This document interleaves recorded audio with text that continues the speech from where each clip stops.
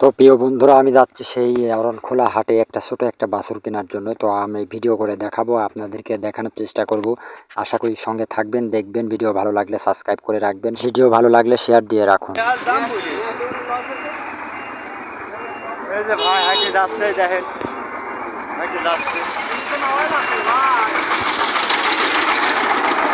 অরণখোলা যাইতেই কিছু ফার্ম পাবেন। ফার্মে কিন্তু এরকম সাজাত হয়েছে, গরু বিক্রয় করার জন্য অনেক কেনাকাটা বিক্রয় করছে এবং কেনা বেচা করছে। ভাগ্য আমার ভালো, কারণ আমি একটা গাড়ি নিয়ে গেছিলাম গাড়িতেই নিয়ে আসার জন্য। তো গাড়িটা আমি গ্যারেজে করে থুয়েছি। আপনারা দেখতে পাচ্ছেন রাস্তার হাল।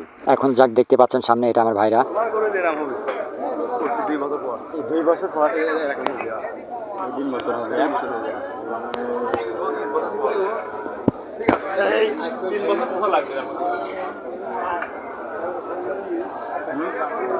দেখতে পাচ্ছেন খামালকে খামাল সাজিয়ে রেখেছে গরুর বাচ্চা বাছুর।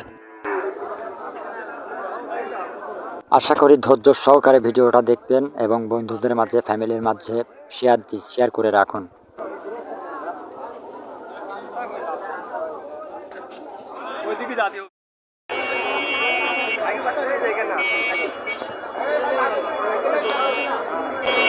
তো প্রিয় বন্ধুরা, দেখতে পাচ্ছেন আমি একটা গাছের নিচে দাঁড়িয়ে আছি, কারণ টিপটিপিনি বৃষ্টি হচ্ছে। আর এই বৃষ্টিতে ভিজলে কিন্তু ঠান্ডা লেগে যাবে, যার কারণে গাছের নিচে দাঁড়িয়ে আছি। অনেক বছর বয়স এই গাছে। পাশাপাশি আমরা খামারে বসে আছি, বৃষ্টি হওয়ার কারণে হাটের ভিতরে ঢুকতে পারছি না। আপনারা আমাদের সঙ্গে থাকুন, দেখুন। ভালো লাগলে শেয়ার দিয়ে রাখুন এবং ফেসবুক পেজটা ফলো দিয়ে রাখুন। তো অনেক ঘুরতে ঘুরতে আমাদের খিদে লেগে গেছিলি, তাই আমরা 3 জন মিলে খাই লেছি হোটেলে বসি।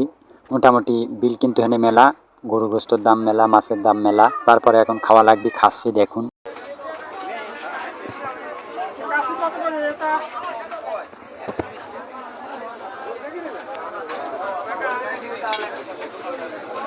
সবসময় সাবধানে থাকবেন, হাটের ভিতরে কিন্তু অলস টাইম পুলিশ বসে থাকে।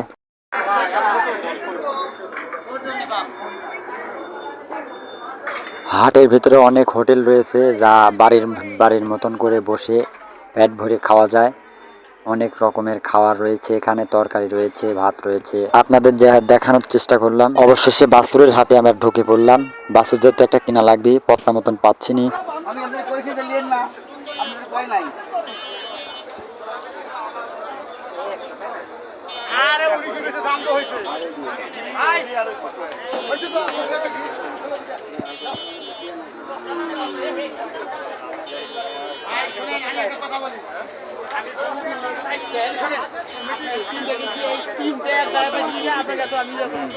তো আসলাম আবার মহিষের হাটে।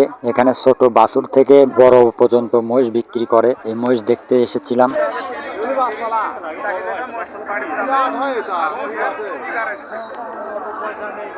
একটা জিনিস মনে রাখবেন, এই হাটে কিন্তু ছাগল, ভেড়া, বকরি এগুলা কিন্তু পাবেন না।